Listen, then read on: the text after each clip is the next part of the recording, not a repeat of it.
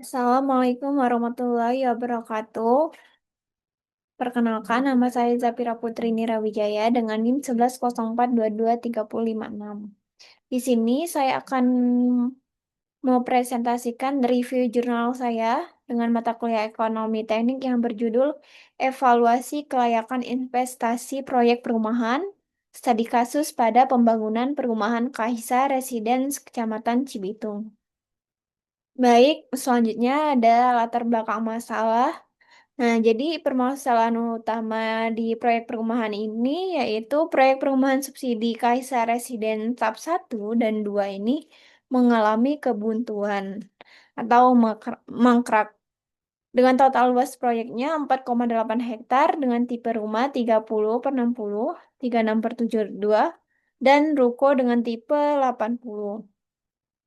Nah, diduga masalah utama adalah dari aspek finansial. Adapun dampak kebuntuan, yang pertama adalah kerugian dari investor. Nah, investor kehilangan modal yang telah diinvestasikan. Yang kedua, kerugian konsumen, yaitu konsumen kehilangan uang pembayaran dan tidak akan mendapatkan rumah. Dan yang terakhir, potensi sosial adalah kehilangan manfaat hunian layak dengan harga yang terjangkau. Nah, adapun lokasi dan ruang lingkup penelitian. Lokasi penelitian ini di alamatnya di Desa Muktiwari, Kecamatan Cibitung, Kabupaten Bekasi, Provinsi Jawa Barat dengan luas lahannya 48.000 meter persegi dan luas jalannya 12.569 meter persegi, jalan utama dan jalan perumahan dengan rencana pembangunannya itu dengan durasi 5 tahun dari 2023 sampai 2028. Nah, adapun tipe dan jumlah unit serta keterangannya, rumah 30/360, jumlah unitnya yang akan dibangun 117 unit, dan ini adalah rumah subsidi. Dan selanjutnya ada rumah dengan tipe 36/72 dengan 224 unit, adalah rumah komersial, dan terakhir itu ada ruko yang bertipe 80 dengan jumlah unitnya 28 unit dengan keterangan rumah toko 2 lantai. Nah, jadi total keseluruhan unit yang akan dibangun itu adalah 369 unit. Selanjutnya adalah metodologi penelitian. Jadi metode pengumpulan datanya itu terbagi menjadi dua, yaitu yang pertama data primer dan yang kedua data sekunder. Data primer tersebut terdapat rencana anggaran biaya atau RAB, terus harga perumahan di wilayah sekitar, dan yang terakhir observasi lapangan. Sedangkan data sekunder, data dari instansi pemerintah dan swasta, analisis cash flow-nya, data perbandingan harga pasar. Nah, metode analisis yang akan digunakan itu yang pertama net present value NPF, yang kedua benefit cost ratio BCR, yang ketiga internal rate of return IRR, yang keempat break even point BEP, yang kelima profitability index PI, yang keenam analisis sensitivitasnya. Nah, selanjutnya kita masuk ke analisis biaya. Jadi biayanya itu terbagi menjadi tiga, ada biaya tetap, ada biaya variabel, dan biaya semi variabel. Nah, biaya tetapnya dengan total 25.347.749.200 rupiah, dan biaya variabelnya adalah 79.888.356.978 rupiah, dan biaya semi variabelnya di 3.515.522.064 rupiah. Dan total biaya konstruksinya di angka 106.231.628.242 rupiah. Nah, skema pendanaannya itu yang pertama itu sumber dananya dari modal pribadi 80% dengan total 84.421 juta. Rp655.749 dan pinjaman bank 20%, 21.105.401.397 rupiah. Dan total investasi yang akan digunakan itu senilai 113.880.305.475 rupiah. Nah, pembayaran pinjaman banknya itu dengan suku bunga 12% per tahun. Ini di Bank BTN dengan periode waktunya 5 tahun dan total bunganya itu di 7.597.949.017 rupiah. Dengan angsuran per tahun 4.221.087.087 rupiah. Itu adalah angsuran pokok plus bunga. Nah, adapun skema pembayaran pinjaman banknya sebagai berikut yang terdapat di tabel. Nah, selanjutnya kita masuk ke harga jual dan pendapatannya. Dasar penetapan harganya dengan tipe 30/60 itu sesuai dengan Kepmen PUPR nomor 689 KPTSM 2023 dengan rumah subsidi. Dan tipe 36/72 itu rata-rata harga pasar di Bekasi. Dan Ruko 80 itu hasil wawancara dengan pengembang. Nah, adapun di tipe 30/60 dengan jumlah unit 117 unit, harga jualnya 185 juta. Dan total pendapatan dari harga jual dikali jumlah unit adalah 21.645.000.000. Dan selanjutnya itu di tipe 36/72 dengan jumlah unitnya 224 unit. Dengan harga jual pasarnya 326.513.700 rupiah.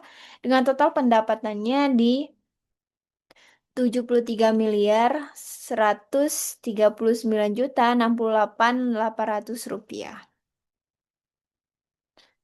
Nah, yang terakhir itu di Ruko 80 dengan jumlah unitnya 28 unit dan harga jualnya di 800 juta dengan total pendapatannya di 22.400.000.000.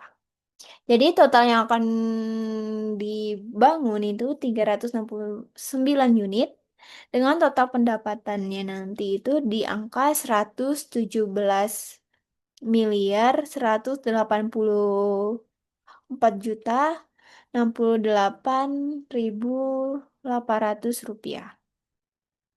Nah, adapun hasil dari analisis kelayakannya, yang pertama itu ada di net present value dengan MARR-nya 15%, dengan present worth benefit-nya 86.865.329.62 rupiah dan present worth cost-nya itu di 85.895.487.382 rupiah dan NPF-nya itu di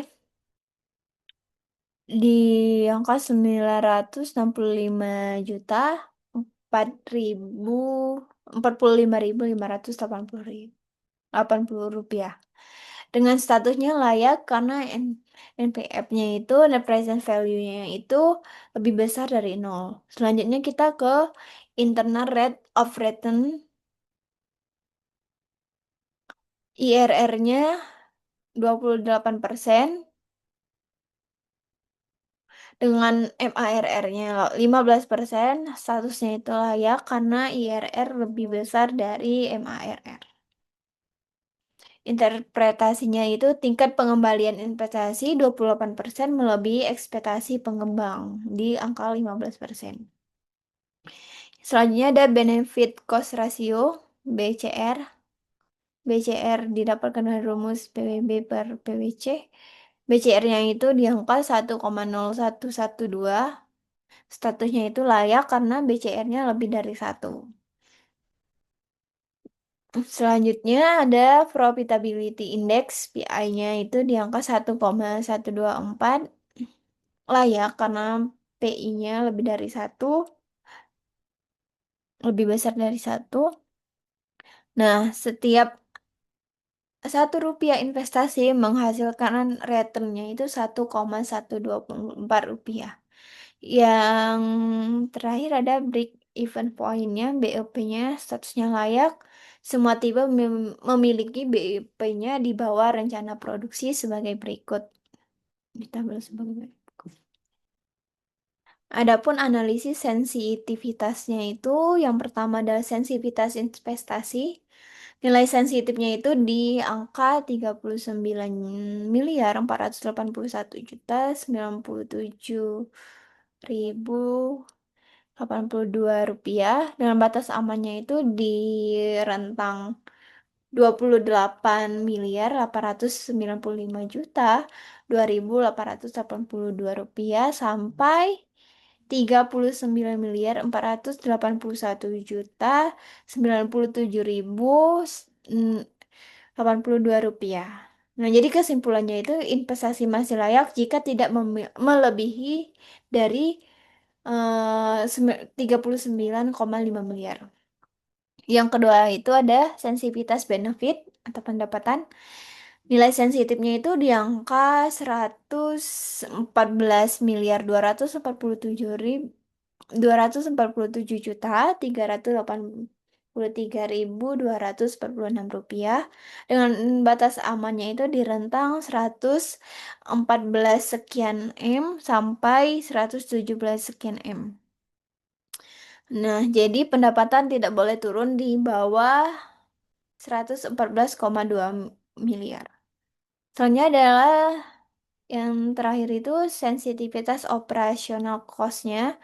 Nilai sensitifnya berada di 109.168.313.796 rupiah dengan batas aman di rentang 106.231.628.242 rupiah sampai 109.168.313.796 rupiah.